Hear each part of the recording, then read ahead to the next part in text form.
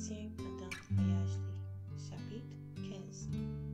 Voyage yo pedi route la.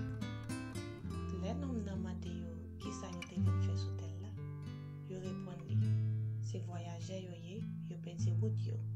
Les sa, nom nan pa fè ni de ni toa, pase l tout arrêté yo mene la kay li. Paske l di yo pat gen droit pou pase sou tel la.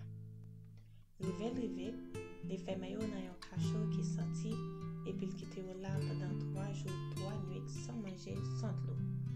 Les messieurs wè pa gen jan pou yo sorti nan cachot a, yo komanse découragé. Le désespoir al couché nan kaban li raconte madame li koze ya. Madame la même ki te rele mauvais jet, til kon sa. Se pou l bat yo, pou jok yo mori.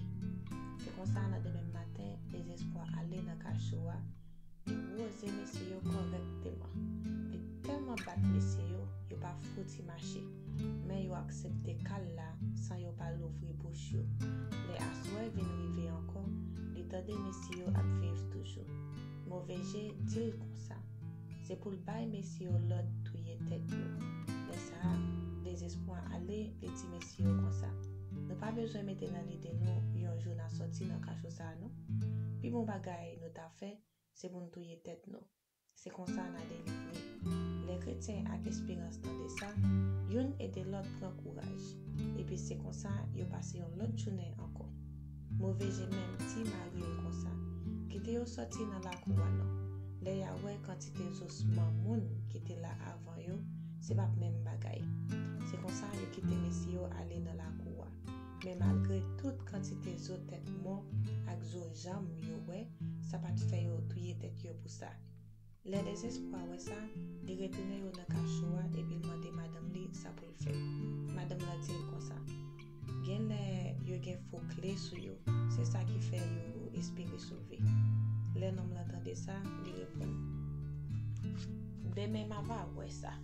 Pendant messieurs chita nan fè noir appelé des plaignes, kon sa li de chrétien vin frappe sou yon clé passe partout yo rele promesse la. Même Léa, li di espérance kon sa. Papito nou essaye l'ouvrir pot kay désespoir ak clé promesse sa. Espérance repon li. Essaye l non, ou pa jam konnen.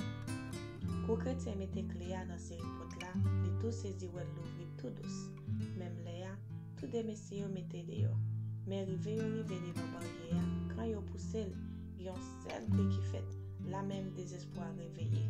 Le nom lan essaye lever sou kaban li pou l'kouri de messieurs yo, li gen yon sel maladie ki pren, li rete kon sa, et puis tout de pied l vin red, li pa kapab marcher. C'est kon sa chrétien ak espérance sauvé en ba men désespoir. Les messieurs yo rive sou bon route la, yo senti fok yo fè yon bagay pou l'ot moun pa pedi nan route sa.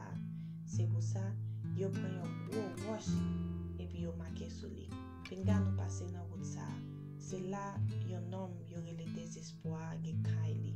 Se nou tombe nan mel, male va rive nou.